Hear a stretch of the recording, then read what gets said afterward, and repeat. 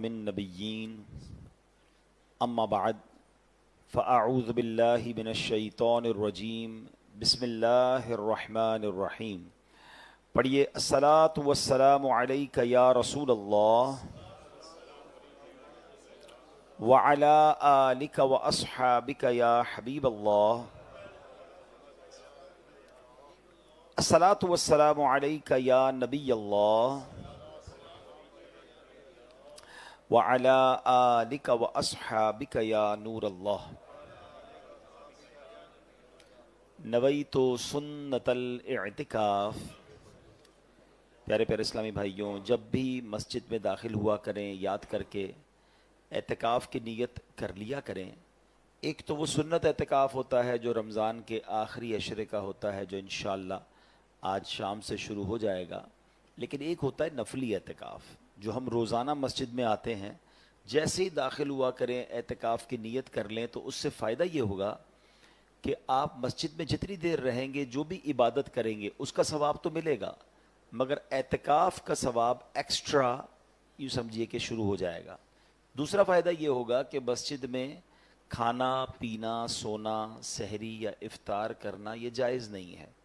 Normally لوگ مسجد میں افطار بھی کرتے ہیں، بعض اوقات تراویح کے دوران ہم پانی بھی پی لیتے ہیں، تو یہ مسجد میں جائز نہیں ہے. لیکن اگر اعتکاف کی نیت کر لیں گے تو انشاءاللہ یہ سارے کام بھی جائز ہو جائیں گے. درود پاک پڑھنے کے بے شمار فضائل و برکات ہیں. سرکار دو عالم صلی اللہ تعالی علیہ وسلم کا فرمان عالی شان ہے کہ جو روزانہ مجھ پر، حدیث پاک کا مضمون ہے، روزانہ مجھ پر 1000 مرتبہ درود پاک پڑھے وہ مرے گا نہیں جب تک جنت میں اپنا ٹھکانہ نہ دیکھ لے. یعنی مرنے سے پہلے جنت میں ٹھکانہ سبحان اللہ اسے دکھا دیا جائے گا جو روزانہ 1000 مرتبہ درود پاک پڑھنے کا عادی ہوگا. آلموسٹ 40-45 منٹس لگتے ہیں 1000 بار درود پاک پڑھنے میں. الصلاۃ والسلام علیک یا رسول اللہ صلی اللہ تعالی علی محمد صلی اللہ علیہ وسلم، یہ بھی درود پاک ہے. شارٹ درود پاک پڑھیں تو 45 منٹ میں آلموسٹ ہو جاتے ہیں. اب اگر ہم روزانہ رمضان میں یہ عادت بنا لیں تو سبحان اللہ ہر درود پر وہ الگ نیکیاں ہیں کہ حدیث پاک کا مضمون ہے کہ جو ایک بار درود پاک پڑھے اس پر اللہ کی 10 رحمتیں نازل ہوتی ہیں، 10 گناہ معاف ہوتے ہیں، 10 درجے بلند ہوتے ہیں، نامہ اعمال میں 10 نیکیاں لکھ دی جاتی ہیں. تو وہ ہر درود پر وہ بھی ملتا جائے گا، اور اللہ نے چاہا تو یہ 1000 درود پاک کی فضیلت بھی مل جائے گی. تو رمضان میں اگر اس کو پریکٹس کرنا شروع کر دیں، تھوڑا سا سوشل میڈیا سے وقت ختم کریں. اور نارملی کئی لوگ ہیں جو واک کرتے ہیں یا ٹریول کرتے ہیں. ہم گھر سے آفس جاتے ہیں، آفس سے گھر آتے ہیں، یا واک کرنے کی بھی عادت ہوتی ہے، تو یہ 30-40 منٹس ہمیں روزانہ ہی مل رہے ہوتے ہیں. اگر اس ٹریول ٹائم کو، اس واکنگ ٹائم کو اگر ہم درود ٹائم بنا دیں تو ہمارے بہت سارے درود پاک ایک دن میں ہو سکتے ہیں. اور پھر آج کا دن سبحان اللہ جمعہ کا دن، اور پھر جمعہ بھی رمضان کا جمعہ نور علی نور ہو جاتا ہے سبحان اللہ. حدیث پاک کا مضمون ہے کہ جو جمعہ کے دن 200 بار درود پاک پڑھے اس کے 200 برس کے گناہ معاف کر دیے جاتے ہیں. تو جمعہ کے دن کثرت سے درود پاک پڑھنا ہے. ایک بار محبت کے ساتھ بآواز بلند درود پاک پڑھ لیجئے. صلو علی الحبیب صلی اللہ تعالی علی محمد صلی اللہ علیہ وسلم. الحمدللہ عز وجل اب کچھ ہی دن رمضان کے رہ گئے ہیں. کچھ دنوں پہلے ایک شور تھا، ایک خوشی کا دن تھا کہ ماہ رمضان کا چاند نظر آ گیا. دیکھتے ہی دیکھتے پہلا عشرہ جو کہ عشرہ رحمت ہے وہ ہم سے جدا ہو گیا. دوسرا عشرہ، عشرہ مغفرت، وہ بھی اب کچھ گھنٹوں کا مہمان ہے. اور اب آج رات سے تیسرا عشرہ جو ہے رمضان کا، جو کہ جہنم سے آزادی کا عشرہ ہے، اب وہ آ رہا ہے. اور وہ بڑا امپورٹنٹ ہے، بڑا اہم عشرہ ہے. نبی پاک علیہ الصلوۃ والسلام کا کیا معمول ہوتا تھا لاسٹ عشرے میں. ہماری امی حضور بی بی عائشہ صدیقہ طیبہ طاہرہ رضی اللہ تعالی عنہا فرماتی ہیں ہمارے پیارے آقا مکی مدنی مصطفیٰ صلی اللہ علیہ وسلم ماہ رمضان کے ابتدائی 20 دن عبادت بھی فرماتے، آرام بھی کیا کرتے. یعنی ایک بڑا اعتدال والا انداز تھا، عبادت بھی چل رہی ہوتی تھی، ریسٹ بھی ہوتا تھا. پھر فرمایا جب آخری عشرہ تشریف لاتا تو عبادت کے لیے خوب کمر بستہ ہو جایا کرتے. یعنی اور نبی پاک کا جو شیڈیول تھا وہ عبادت کی طرف اور بڑھ جاتا. حالانکہ نبی پاک کا تو ہر لمحہ ہی اللہ کی رضا میں ہے، مگر ہمارے لیے ایک تربیت ہے کہ فرسٹ 20 ڈیز کے بعد جو لاسٹ 10 ڈیز ہیں اس میں مزید اللہ کی عبادت کے لیے نبی پاک کا ایک انداز ہوتا. تو اللہ کرے کہ ہم بھی ان آخری ایام کو غنیمت جانیں اور خوب خوب اللہ کی عبادت کریں. آخری عشرے میں رمضان کی تاک راتوں میں سے ایک تاک رات لیلۃ القدر ہوتی ہے. حدیث پاک میں ہے جس کا مضمون ہے کہ رمضان کے آخری عشرے کی جو 5 تاک راتیں ہیں 21st 23rd 25th 27th اور 29th، ان میں سے کوئی ایک رات جو ہے وہ لیلۃ القدر ہے. لیلۃ القدر کو پانے کا ایک تو بڑا شاندار طریقہ یہ ہے کہ بندہ آخری عشرے کا اعتکاف کر لے. یہ تو بڑی زبردست آئیڈیا ہے کہ اگر 10 دن اللہ کے گھر میں ہی بیٹھ جائے تو اس میں جو بھی رات لیلۃ القدر ہوگی اس کو اس کا اجر مل جائے گا، اس کو اس کا ثواب مل جائے گا. لیکن جو بھی لوگ اعتکاف کریں یہ ان کی ذمہ داری ہے کہ مسجد کے تقدس کو باقی رکھیں، ورنہ آج کل کئی جگہوں پر اعتکاف کو پکنک بنا دیا گیا ہے. مجھے کسی نے بتایا کہ اعتکاف میں آج کل مسجدوں کے باہر جو ہے وہ ڈیلیوری بوائز کی لائن لگی ہوئی ہوتی ہے. تو کیوں بھائی؟ پتہ چلا وہ اعتکاف والے کھانے باہر سے منگوا رہے ہیں. تو اعتکاف میں سادہ کھانا کھائیں، مسجد میں کھانے پینے کے لیے تو نہیں آئے نا، یا تو روحانیت حاصل کرنے آئے ہیں، اللہ کا عرفان حاصل کرنا ہے، عبادت میں ذوق حاصل کرنا ہے. تو ایک فارمولہ بزرگوں نے دیا، قلیل الکلام، قلیل المنام، قلیل الطعام. یہ کبھی کر کے دیکھیں آپ. اگر آپ کو روحانیت چاہیے، دعاؤں میں آپ کی رکت چاہیے، نمازوں میں خشوع چاہیے، تو کم بولیں، قلیل الکلام، قلیل المنام، کم سوئیں، اور قلیل الطعام، کم کھائیں. اب آپ دیکھیں آپ چست بھی رہیں گے، آپ عبادت میں بھی زیادہ انشاءاللہ انوالو ہو سکیں گے. تو اعتکاف تو یہ اللہ کے گھر میں ہوتا ہے. اور یاد رکھیے مسجد، اس کے کچھ پروٹوکولز ہیں. یاد احادیث میں مضمون ملتا ہے کہ مسجد میں فضول باتیں کرنا نیکیوں کو ایسے کھا جاتا ہے جیسے آگ لکڑی کو کھا جاتی ہے. تو جنہوں نے اعتکاف کرنا ہے وہ اس بات کا خیال رکھیں، ہم ثواب کمانے آ رہے ہیں. فضول باتیں کر کے ایسا نہ ہو کہ ہم اپنی نیکیاں ہی برباد کر دیں. ایک جگہ آتا ہے کہ مسجد میں ہنسنا قبر میں اندھیرا لاتا ہے. اب جو مسجد میں آ کر بھی ہنسی مذاق کر رہا ہے تو ایسا نہ ہو کہ قبر روشن کرنے آئے تھے اور اعتکاف میں ہنسی مذاق کر کے جو اپنی قبر کو اندھیری کر رہے ہیں. تو جو فضول باتوں سے نہیں بچ سکتا، جو ہنسی مذاق سے نہیں بچ سکتا، جو موبائل فون پر سب کچھ دیکھنے سے نہیں بچ سکتا، پھر وہ اعتکاف نہ کرے. اعتکاف کریں تو اس کے تقاضے پورے کریں. الحمدللہ ہماری اس مسجد میں بھی اور دنیا بھر میں ہزاروں مقامات پر دعوت اسلامی کے تحت اعتکاف کروایا جاتا ہے. اگر آپ دعوت اسلامی کے ذمہ داران کے ساتھ اعتکاف کریں گے تو اس کا فائدہ یہ ہوگا کہ وہ آپ کو 10 ڈیز پورا انوالو رکھیں گے. تربیت چلتی رہے گی، بیانات ہوں گے، ذکر و اذکار ہوں گے، نفلی عبادات ہوں گی. تو انشاءاللہ وہ وقت جو ہے وہ عبادت میں گزرے گا. اعتکاف کی فضیلتیں بہت ساری ہیں. اللہ کے حبیب علیہ الصلوۃ والسلام ارشاد فرماتے ہیں، من اعتکف ایمانا واحتسابا غفر له ما تقدم من ذنبه. جس نے ایمان کے ساتھ اور ثواب حاصل کرنے کی نیت سے اعتکاف کیا اس کے پچھلے گناہ بخش دیے جائیں گے. نبی پاک نے فرمایا جس نے رمضان شریف میں 10 دن کا اعتکاف کر لیا وہ ایسا ہے جیسے 2 حج اور 2 عمرے کیے.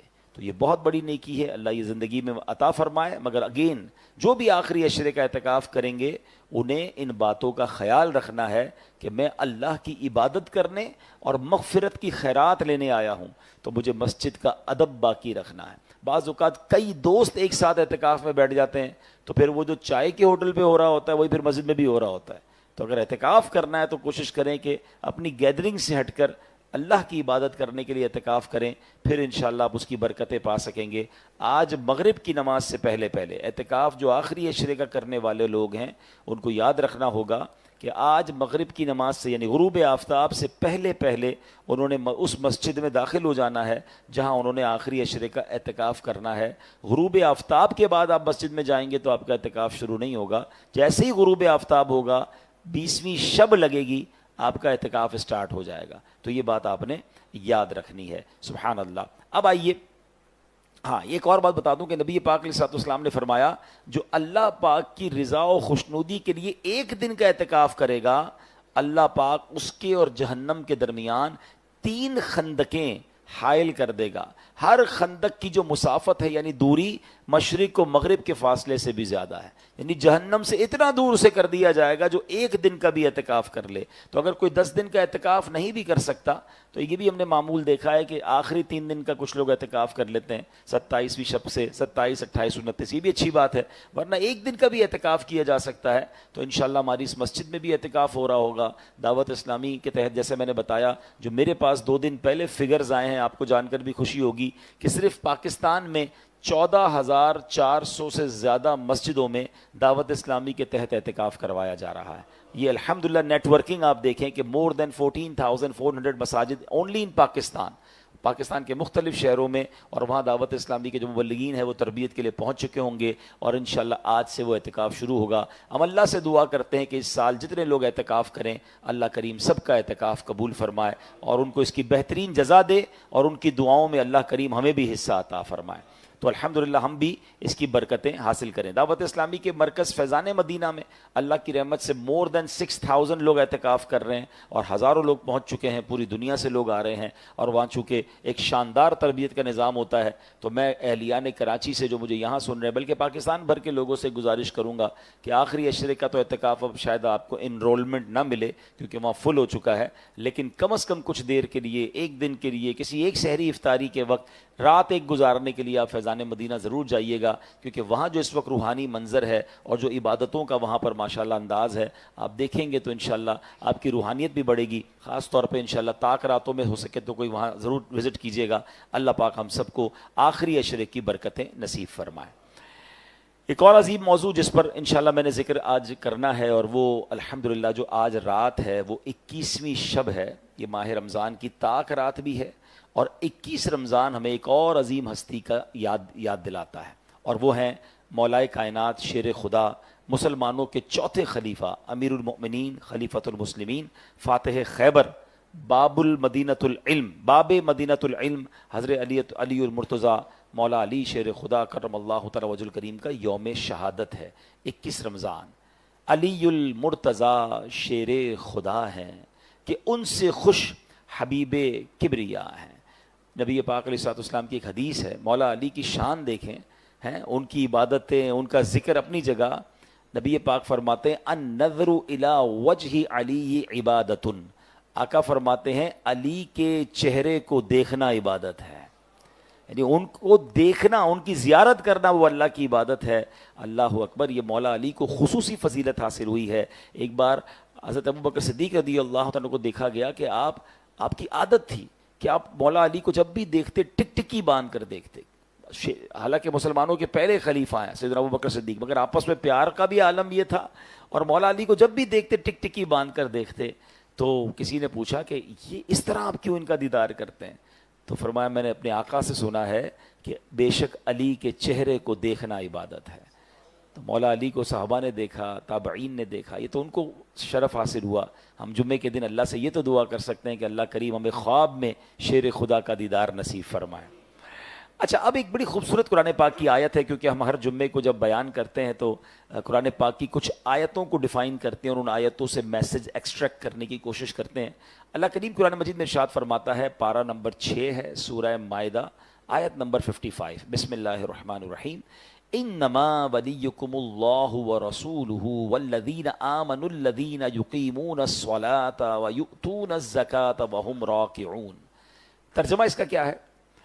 تمہارے دوست صرف اللہ اور اس کا رسول اور ایمان والے ہیں جو نماز قائم کرتے ہیں اور زکوٰۃ دیتے ہیں اور اللہ کے حضور جھکے ہوئے ہیں۔ اب اس آیت کی تفسیر میں یہ بتایا گیا کہ یہ آیت الحمدللہ شیر خدا مولا علی کرم اللہ تعالی وجہ الکریم کی شان کا بیان ہے، یہ آپ کی شان میں نازل ہوئی ہے۔ یعنی کیسی ہستیاں ہیں کہ جن کے انداز کو بیان کرنے کے لیے، جن کی شان کو بیان کرنے کے لیے قرآن پاک کی آیتیں نازل ہوتی ہیں۔ اب واقعہ کیا تھا کہ آپ ایک بار نوافل ادا فرما رہے تھے، مولا علی نفل ادا فرما رہے تھے، اتنے میں ایک محتاج شخص آیا اور وہ آپ کی کچھ مدد چاہتا تھا۔ تو مولا علی شیر خدا نے اپنے ہاتھ کی چھوٹی انگلی میں ایک رنگ پہنی ہوئی تھی، ایک انگوٹھی پہنی ہوئی تھی، آپ نماز کی حالت میں تھے، تو اب جب حالت رکوع میں گئے نا تو آپ نے اس وقت سوالی کو اشارہ کیا تو اس نے مولا علی کی انگوٹھی اپنے ہاتھ سے نکال لی، یعنی نماز کے دوران ہی اشارے کے ذریعے آپ نے اس محتاج کی مدد کی۔ نبی پاک علیہ الصلوۃ والسلام یہ منظر دیکھ رہے تھے کہ مولا علی نماز پڑھ رہے ہیں, ایک محتاج آیا اور آپ نے دوران رکوع ہی اپنے اشارے سے اپنی انگوٹھی اسے صدقہ کر دی. اللہ اکبر. نبی پاک اس انداز سخاوت سے اتنا خوش ہوئے کہ پیارے آقا علیہ الصلوۃ والسلام نے اللہ کی بارگاہ میں دعا کی کہ اے اللہ, جس طرح حضرت موسیٰ علیہ الصلوۃ والسلام نے دعا کی تھی کہ ان کے بھائی ہارون کو ان کا وزیر بنا دیا جائے, اے اللہ پاک میں تجھ سے دعا کرتا ہوں کہ میرے اہل بیت میں میرے علی کو میرا وزیر بنا دے. کیا خوبصورت انداز ہے. اچھا, حضرت ابو ذر غفاری رضی اللہ تعالیٰ فرماتے ہیں کہ خدا کی قسم ابھی سرکار دو عالم علیہ الصلوۃ والسلام کے الفاظ پورے بھی نہیں ہوئے تھے کہ حضرت جبرائیل وحی لے کر حاضر ہوئے اور اس وقت یہ آیت کریمہ نازل ہوئے. اب دوبارہ آیت سنیے, واقعہ سن لیا نا, سینیریو سمجھ آ گیا کہ کیا ہوا تھا. یہ کیسی سخاوت تھی جو رکوع کے دوران کر دی گئی, انتظار نہیں کیا گیا. تو اللہ نے قرآن کی آیت نازل فرمائی, فرمایا انما ولیکم اللہ ورسولہ والذین آمنوا, اور تمہارے دوست صرف اللہ اور اس کا رسول اور ایمان والے ہیں. وہ کون سے ایمان والے؟ الذین یقیمون الصلاۃ ویؤتون الزکاۃ وہم راکعون. فرمایا جو نماز قائم کرتے ہیں اور زکوٰۃ دیتے ہیں اور اللہ کے حضور جھکے ہوئے ہیں. سبحان اللہ. تو اے میرے پیارے اسلامی بھائیوں, ہاں اب یہاں ایک شرعی مسئلہ سمجھ لیں کہ نماز کے اندر کوئی ایسا کام کرنا جس کو عمل کثیر کہا جاتا ہے, اس سے نماز فاسد ہو جاتی ہے. یعنی کوئی ایسا کام بندہ کرے کہ دور سے دیکھنے والا سمجھے یہ نماز نہیں پڑھ رہا, تو اس کو عمل کثیر کہتے ہیں, ٹھیک ہے نا. اور ایک عمل قلیل یہ ہوتا ہے کہ بالکل ہلکا سا آپ کو یوں سمجھے کہ کھجلی کی ضرورت پڑی ہے, آپ کو کہیں ضرورت ہے ٹچ کرنے کی, تو آپ نماز کے دوران ایک ہاتھ سے کر رہے ہیں تو کوئی دور سے دیکھنے والا سمجھ جائے گا کہ یہ نماز میں ہے, نماز سے باہر نہیں ہے. اس کو عمل قلیل کہتے ہیں. تو مولا علی نے جو انگوٹھی صدقہ کی تھی یہ عمل قلیل کے ذریعے کی تھی تاکہ کسی کو کوئی یہ مسکنسپشن نہ ہو جائے. خیر مولا علی سے زیادہ علم کون جانتا ہے, وہ تو نبی پاک فرماتے ہیں میں علم کا شہر ہوں اور علی اس کا دروازہ ہے. سبحان اللہ. اچھا, مولا علی کے بارے میں جو یہ ارشاد ہوا نا, آپ کو ولی بھی کہا گیا. قرآن کہہ رہا ہے انما ولیکم, اور تمہارے دوست صرف. سبحان اللہ. لفظ ولی کے کئی معنی ہیں, مگر علماء کرام فرماتے ہیں اس آیت میں لفظ ولی کے 2 معنی مراد لیے جا سکتے ہیں. نمبر 1 مددگار, نمبر 2 محبوب, پیارا دوست. سبحان اللہ. آیت کریمہ کا معنی کیا ہوگا؟ اے ایمان والو, اللہ پاک, اس کے پیارے رسول علیہ الصلوۃ والسلام اور نماز قائم کرنے والے, زکوٰۃ دینے والے, رکوع کرنے والے, سیرت اور کامل مسلمان, بالخصوص حضرت مولا علی تمہارے محبوب بھی ہیں, تمہارے مددگار بھی ہیں. یہ قرآن کی آیت سے ہمیں سب ثابت ہو رہا ہے. اب آئیے مولا علی کی سیرت کا ایک شاندار واقعہ. آپ انصاف بھی کرتے تھے تو کس انداز سے کرتے تھے اور آپ کا یہ معاملہ کیسا تھا؟ اب ذرا اس کو سمجھیے گا. مولا علی کے دور خلافت کی بات ہے. ایک حبشی غلام تھا جو مولا علی سے بے پناہ محبت کیا کرتا تھا. شامت اعمال اس کی یہ آئی کہ اس نے ایک بار چوری کر لی. اب ذرا غور کیجئے گا, آپ کا غلام بھی ہے, ویری کلوز ٹو ہم, پیار بھی بڑی, محبت بھی بڑی کرتا ہے, مگر غلطی ہو گئی, اس سے چوری ہو گئی. اب مولا علی تو مولا علی ہیں, دربار خلافت میں جب پیش کیا گیا تو غلام اگرچہ غلطی کر بیٹھا تھا, غلطی پر وہ اڑا بھی نہیں, چپ چاپ اس نے جرم کا اقرار کیا. اب مولا علی تو شریعت کو نافذ کرنے والے تھے نا. ہمارے یہاں تو قانون کے تقاضے اور ہیں, اپنوں کے لیے اور ہیں, غیروں کے لیے اور ہیں. امیروں کے لیے ہمارے وطن میں قانون بعض اوقات اور نافذ ہو جاتا ہے, غریبوں کے لیے اور ہو جاتا ہے. یہ اسلام نہیں ہے. اسلام سب کے لیے برابری کا حکم دیتا ہے. اللہ کرے کہ یہ مساوات اور یہ جسٹیفیکیشن جو ہے ہمارے یہاں بھی آئے کہ جو قانون ہے اس پر پراپر غریب امیر سب کے لیے ایک ہو. مولا علی کا خاص غلام, آپ سے محبت کرنے والا, ہو گئی چوری, اور جب پوچھا گیا تو کہا ہاں میں نے غلطی کر لی ہے, ہو گئی مجھ سے غلطی. تو مولا علی شیر خدا نے حکم دیا کہ اس کے ہاتھ کاٹ دیے جائیں. ہاتھ کاٹ دیے گئے. اب سنیے گا, اب وہ غلام کٹے ہوئے ہاتھ کے ساتھ واپس جا رہا ہے. اچھا, یہ واقعہ تفسیر کبیر میں موجود ہے, یاد رکھیے گا. تفسیر قرآن کے ضمن میں یہ واقعہ لکھا ہوا ہے. وہ ہاتھ اس کا کاٹ دیا گیا. جب وہ ہاتھ کٹوا کر غلام واپس جا رہا ہے, کٹا ہوا ہاتھ بھی ساتھ ہے اس کے, ٹھیک ہے نا. اب تکلیف کا عالم سوچیں, شرمندگی کا عالم سوچیں, ساری دنیا کو پتہ چل جائے گا کہ ہاتھ کٹا ہوا اٹ مینز چوری کی ہے. سلمان فارسی رضی اللہ عنہ راستے میں مل گئے, اور ابن قوا رحمۃ اللہ تعالی, 2 بزرگ تھے. تو انہوں نے پوچھا کہ تمہارا ہاتھ کس نے کاٹ دیا؟ تو بڑے ادب سے کہتا ہے امیر المومنین یعصوب المسلمین, یعنی مسلمانوں کے رئیس اعظم مولا علی شیر خدا نے ان کے حکم سے میرا ہاتھ کٹایا. تو غلام نے جب اتنے ادب سے نام لیا تو بزرگ نے پوچھا کمال کی بات ہے, تمہارا ہاتھ کاٹ دیا ہے اور تم اتنا ادب کر رہے ہو ان کا, اتنی رسپیکٹ. یہ ہے انصاف. جب سب کے لیے انصاف ہونا تو پھر غصہ نہیں آتا. اب سنو وہ غلام کیا کہتا ہے. وہ کہتا ہے میں ان کی تعریف کیوں نہ کروں, انہوں نے حق ہی تو کیا ہے, حق بات پر ہی میرا ہاتھ کاٹا ہے نا, اور مجھے عذاب جہنم سے بچا لیا, مجھے دنیا میں سزا دے دی ورنہ جہنم میں عذاب ہونا تھا. سیدنا سلمان فارسی نے جب یہ باتیں سنی تو سارا ماجرا مولا علی کو جا کر عرض کیا کہ حضور آپ کا غلام تو کمال ہے, آپ نے اس کا ہاتھ کٹوا دیا, وہ باہر جا کر بھی آپ کو دعائیں دے رہا ہے, وہ باہر جا کر بھی آپ کو اتنے زبردست الفاظ میں یاد کر رہا ہے, سبحان اللہ. تو مولا علی شیر خدا نے پھر اس کو بلوایا, اس کا کٹا ہوا ہاتھ بھی ساتھ تھا. اللہ اکبر, آپ اللہ کی عطا سے ولایت کے اس مرتبے پر فائز ہیں. علماء کہتے ہیں آج بھی کسی کو ولایت ملتی ہے تو مولا علی کے در سے ملتی ہے. اب مولا علی نے کیا کیا, اس کٹے ہوئے بازو کو جوڑ دیا, اس کے اوپر اپنا رومال ڈالا, کچھ پڑھنا شروع کیا, اور جب کپڑا ہٹایا تو غلام کا ہاتھ بھی جڑا ہوا ہے, اور ایسا جڑا ہے جیسے کبھی کٹا ہی نہیں ہے.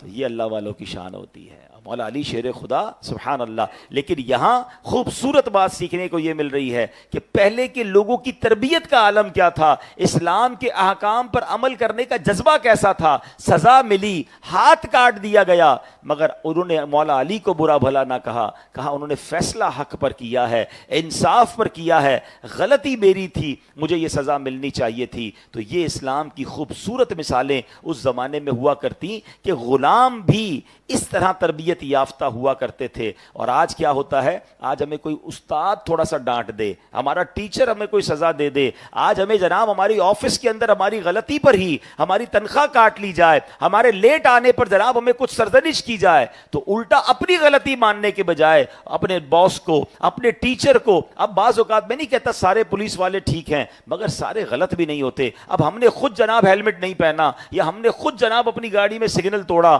یا ہم نے وہ قانون توڑا جو نہیں توڑنا چاہیے تھا, اب ہمیں روک کر کوئی چالان کرتا ہے, یا ہمیں جناب اس کی کوئی پنشمنٹ ہوتی ہے, تو اب جناب اپنی غلطی ماننے کی بجائے جس نے پنش کیا اس کو برا بھلا کہہ رہے ہوتے ہیں. تو یہ طریقہ درست نہیں ہے. اور یاد رکھیے, جب تک ہم اپنی غلطی نہیں مانیں گے نا, ہماری عادت بہتر نہیں ہوگی. ہم قانون کو ہی برا بھلا کہتے رہتے ہیں. اچھا, ہمارے یہاں لوگ کہتے ہیں سبھی تو توڑ رہے ہیں سگنل, سبھی تو غلط کام کر رہے ہیں. اگر یہی کرنا ہے تو پھر معاملہ کیسے ٹھیک ہوگا. آپ میں سے بہت سارے لوگ انٹرنیشنل ٹریول کرتے ہیں, ارے 1.5-2 گھنٹے کے بعد ملک بدل جاتا ہے, ادھر جائیں تو سارا انداز ہی بدل جاتا ہے. رات 3 بجے بھی لوگ سگنل پر کھڑے ہیں, کیوں کھڑے ہیں کہ کیمرہ دیکھ رہا ہے. ویسے میں آپ کو ایک اور بات بتاؤں کہ جتنا ہم بیرون ملک میں جا کے قانون کی پاسداری کرتے ہیں نا, کہ کوئی دیکھے نہ دیکھے, کیمرہ دیکھ رہا ہے, جناب ہم نے روڈ کراس دیکھ کے کرنا ہے, ہم نے سگنل کو دیکھ کے کراس کرنا ہے, اسپیڈ لمٹ پہ غور کرنا ہے, کیمرے لگے ہوئے ہیں. اس میں ایک آخرت کی یاد بھی ہے, اللہ کرے کہ سمجھ آ جائے. کیمرے کی آنکھ سے بچتے ہیں رات کو جب کوئی نہیں دیکھ رہا, کہ یار کیمرہ دیکھ رہا ہے, یہ تصویر کھینچ لے گا نا تو جناب فائن آ جائے گا. کاش اکیلے میں گناہ کرتے ہوئے بھی خیال آ جائے کہ اللہ دیکھ رہا ہے. ٹھیک ہے, گھر میں کوئی نہیں دیکھ رہا, کمرہ بند ہے, میں جو کر رہا ہوں یہ حرام کام, یہ کوئی نہیں دیکھ رہا, مگر ہر لمحے مجھے رب دیکھ رہا ہے. میرے ساتھ کرامن کاتبین فرشتے ہیں. آج دنیا کی پینلٹی کے لیے لوگ رات کو 3 بجے روڈ پر کھڑے ہوتے ہیں, سگنل پہ کراس نہیں کرتے. بہت سارے ایسے کام ہیں جو دل چاہتا نہیں ہے مگر کر رہے ہوتے ہیں. نہیں بھائی, بہت خطرناک پینلٹی لگ جائے گی. پاکستان کی بات نہیں کر رہا, ہمارے یہاں تو بہت کچھ لوگ غلط کر رہے ہوتے ہیں. لیکن ان تمام لوگوں کو کاش یہ خیال آ جائے کہ جس طرح تم تنہائی میں بھی قانون کی پکڑ کے خیال سے وہ غلط کام نہیں کر رہے ہو, تو سوچو جب میں اکیلے میں گناہ کرتا ہوں تو رب بھی تو دیکھ رہا ہے نا. قانون کو تو کوئی نہ کوئی ڈاج دیا جا سکتا ہے, اللہ کی بارگاہ میں بہانے نہیں چلیں گے. وہاں سب دل کی نیت بھی پتا ہے. ہاں, یہاں تو لوگ ہمیں گناہ کرتے دیکھ لیں تو ہم گھما سکتے ہیں کہ بھائی میں کچھ اور کر رہا تھا, آپ کی غلط فہمی تھی, میری نیت کچھ اور تھی. وہاں تو دل کے حالات بھی پتا ہے. اپنے دل کو بھی صاف رکھیے, اپنی جلوت کو بھی صاف رکھیے, اپنی خلوت کو بھی صاف رکھیے. یہ مت سوچئے مجھے کوئی نہیں دیکھ رہا, یہ مت سوچئے میں اس ملک میں نہیں کسی اور ملک میں ہوں, میں جدھر بھی ہوں میرا خالق میرا مالک مجھے دیکھ رہا ہے. آگے چلتے ہیں. مولا علی شیر خدا کرم اللہ تعالی وجہ الکریم کی بات ہے کہ مولا علی شیر خدا ایک جگہ فرماتے ہیں, مسلم شریف کی حدیث ہے اور خود مولا علی راوی ہیں اس کے, فرماتے ہیں مجھے اس ذات کی قسم جو دانے کو پھاڑتی یعنی دانے سے درخت نکالتی ہے اور جس نے روح کو پیدا کیا, بے شک میرے آقا مدینے والے مصطفیٰ صلی اللہ تعالی علیہ وسلم کا مجھ سے وعدہ ہے, اللہ یحبنی الا مؤمن ولا یبغضنی الا منافق، فرمایا مجھ سے محبت نہیں رکھے گا مگر مومن، اور مجھ سے دشمنی نہیں رکھے گا مگر منافق۔ تو پتہ چلا کہ محبت، مولا علی شیر خدا کرم اللہ تعالی وجہ الکریم سے محبت یہ ایمان کی نشانی ہے، اور معاذ اللہ مولا علی کرم اللہ تعالی وجہ الکریم سے بغض یہ منافقت کی نشانی ہے۔ صحابی رسول فرماتے ہیں حضرت جابر رضی اللہ تعالیٰ عنہ کہ صحابہ کرام کے ہاں تو یہ طریقہ تھا کہ کسی کے ایمان یا منافقت کو چیک کرنا ہوتا تھا نا تو بغض علی جانتے تھے، جس کو دیکھتے کہ حضرت مولا علی سے بغض رکھتا ہے جان لیتے کہ یہ منافق ہے۔ یعنی آج کے دور میں بھی ہمیں یہ غور کرنا کہ محبت علی یہ ایمان کی پہچان ہے اور بغض علی یہ منافقت کی پہچان ہے۔ اللہ سے دعا کرتے ہیں کہ اللہ کریم ہمیں مولا علی شیر خدا بلکہ نبی پاک کے پورے خاندان اور تمام صحابہ اور اہل بیت سے ہمیں سچی محبت نصیب فرمائے۔ اچھا اب آگے چلتے ہیں۔ حجۃ الوداع کے واقعہ ہے، نبی پاک علیہ السلام کی ظاہری زندگی کا یہ جو آخری حج تھا اس کو حجۃ الوداع کہتے ہیں۔ پیارے آقا حج کی ادائیگی کے بعد مدینہ منورہ تشریف لا رہے تھے، راستے میں ایک جگہ آتی ہے، ایک مقام آتا ہے جس کو غدیر خم کہتے ہیں۔ حضرت برا بن عازب رضی اللہ تعالیٰ فرماتے ہیں غدیر خم کے مقام پر نبی پاک علیہ السلام نے قیام فرمایا، ایک درخت کے سائے میں آپ علیہ السلام کے لیے جگہ صاف کی گئی، یہاں آپ علیہ السلام نے نماز ظہر ادا فرمائی۔ نماز کے بعد نبی پاک علیہ السلام نے صحابہ کو ایک خطاب فرمایا، اب جو خطاب ہے ذرا غور سے سنیے گا۔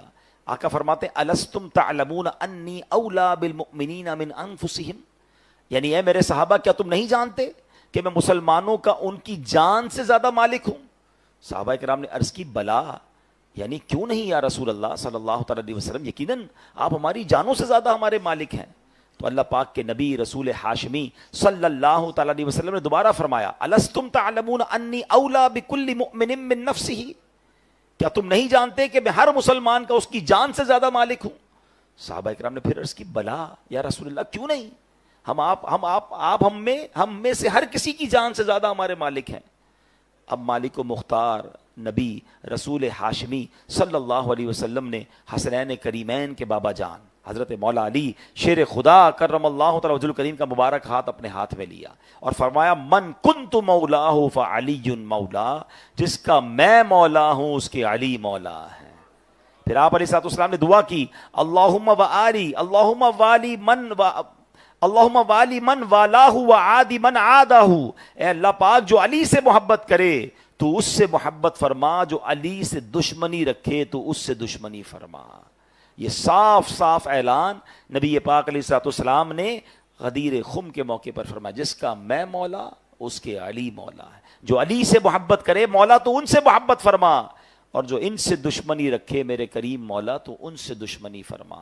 شاعر لکھتے ہیں نا جس کسی کا میں ہوں مولا اس کے مولا ہے علی، جس کسی کا میں ہوں مولا اس کے مولا ہے علی، ہے یہ قول مصطفیٰ مولا علی مشکل کشا۔ سبحان اللہ۔ حکیم الامت مفتی احمد یار خان نعیمی رحمۃ اللہ تعالی فرماتے ہیں یہاں ولی یعنی مولا کا معنی خلیفہ نہیں بلکہ اس کا معنی دوست یا مددگار ہے، یعنی ہمارے آقا علیہ السلام کے اس فرمان کا مطلب یہ بنتا ہے کہ جس کا میں محبوب اور مددگار ہوں اس کے علی بھی دوست ہیں، محبوب بھی ہیں، مددگار بھی ہیں۔ تو اے میرے پیارے اسلامی بھائیوں، مولا علی کہنا کچھ لوگوں کو کنفیوژن ہو جاتی ہے کہ یار یہ مولا علی کیوں کہہ رہے ہیں؟ تو مولا علی یہ نبی یہاں بمانا دوست ہے یا بمانا ولی ہے یا بمانا مددگار ہے، تو یہ سبحان اللہ یہ وہ والا مولا نہیں جو ہم اللہ کو مولا کہہ رہے ہوتے ہیں، ورنہ تو آج بھی ہم لوگوں کو کہتے ہیں نا مولانا صاحب کیا حال ہے، تو آپ نے مولانا تو ایک عام عالم دین کو بھی کہا، تو یہاں یہ مطلب نہیں ہوتا، تو کنفیوز نہیں ہونا چاہیے۔ مولا علی کو جو کہا جاتا ہے مولا علی یہ شیر خدا، یہ حدیث پاک سے ثابت ہے، اور نبی پاک نے فرمایا جس کا میں مولا ہوں اس کے علی مولا ہیں۔ اللہ کریم ہم سب کے دلوں میں مولا علی کی، اہل بیت اطہار کی محبت میں مزید اضافہ فرمائے۔ مولا علی شیر خدا کرم اللہ تعالی وجہ الکریم کی نماز سے محبت کا عالم کیسا تھا اور آپ کس طرح عبادت کیا کرتے تھے۔ ایک مرتبہ مولا علی کی پنڈلی میں تیر لگ گیا، آپ بہت زبردست بہادر تھے، لڑائی جنگ میں شرکت کرتے تھے، غزوے میں شرکت کرتے تھے، تو آپ کی پنڈلی سے تیر نکالا نہیں جا سکتا تھا، تو آپ کے صاحبزادے امام حسن مجتبیٰ نے کہا کہ آپ ایسا کریں کہ اس زمانے میں تو بے ہوشی والا معاملہ تو تھا نہیں, سن کرنے والا, یہ بڑی نعمت ہے اللہ کی. یہ زخم لگ جائے, آپریشن ہو جاتا ہے, بندے کو پتہ ہی نہیں چلتا. اس زمانے میں تو وداؤٹ, آپ سوچیں کہ کسی جگہ کو سن کیے بغیر اگر تیر نکالنا ہے یا جناب کوئی آپریشن کرنا ہے تو کتنا تکلیف کا باعث ہوگا. تو آپ کے صاحبزادے نواسے رسول امام حسن مجتبی رضی اللہ تعالیٰ عنہ فرماتے ہیں کہ ایسا کریں کہ جب نماز پڑھنے ہو نا مولا علی, تو یہ اللہ کی یاد میں بالکل محو ہو جاتے ہیں, آپ کا جسم نرم ہو جائے گا. اللہ کی یاد میں جب ہوتے ہیں نا آپ کا جسم نرم و ملائم ہو جائے گا, وہ اس وقت تیر نکال لیا جائے. اور ایسا ہی ہوا کہ امام صاحب نے, مولا علی نے جب نماز شروع کی نا, تو جو طبیب تھے, ڈاکٹرز تھے, وہ قریب آئے اور نماز کی حالت میں وہ تیر نکالا. وہ تیر جو نکلتا ہی نہیں تھا, مولا علی کو پتہ بھی نہیں چلا. آپ نے پوری نماز ادا کی, ایسی اللہ کی یاد میں گم ہو کر نماز پڑھتے تھے. جب نماز پڑھ کے فارغ ہوئے تو لوگوں نے کہا کہ حضور اب اپنی نماز دہرا لیجئے, آپ کی پنڈلی سے خون نکل رہا ہے. آپ نے حیرانی سے کہا یہ کب ہوا, مجھے تو پتہ ہی نہیں چلا کہ تم نے نماز کے دوران وہ تیر بھی نکال لیا ہے. اللہ والے ایسے نماز پڑھتے تھے. آج ہماری نمازوں کا عالم کیا, ہم نماز پڑھیں تو ہمیں تو یہ پتہ ہی نہیں ہوتا. کبھی ٹیسٹ کیا کریں اپنا, امام صاحب سلام پھیرے نا, شاید آج ہو سکتا ہے میں کہہ رہا ہوں تو آپ یاد کر لیں گے, ورنہ جب بھی نماز سے فارغ ہوں اپنے آپ سے ایک سوال کریں کہ آج امام صاحب نے نماز میں پڑھا سورت کون سی پڑھی تھی. تو سلام پھیرتے ہی یاد نہیں ہوتا, بعد کی تو بعد کی بات ہے. یہ ہمارا حال ہے, ہمارا دماغ کہیں اور ہوتا ہے. اللہ مولا علی شیر خدا کے صدقے ہمیں توجہ کے ساتھ, خشوع و خضوع کے ساتھ نماز پڑھنے کی توفیق عطا فرمائے. نماز میں خشوع و خضوع کے چند ٹپس بھی دے دیتا ہوں. کچھ لوگ کہتے ہیں یار نماز میں دل نہیں لگتا, خیال کہیں اور آتا ہے, دھیان کچھ, جو چیزیں بھول جاتے ہیں ساری نماز میں ہی یاد آ رہی ہوتی ہیں, کیونکہ نماز میں ہی دماغ کو کچھ سوچنے کا موقع ملتا ہے. تو نماز میں رہنا ہے نا.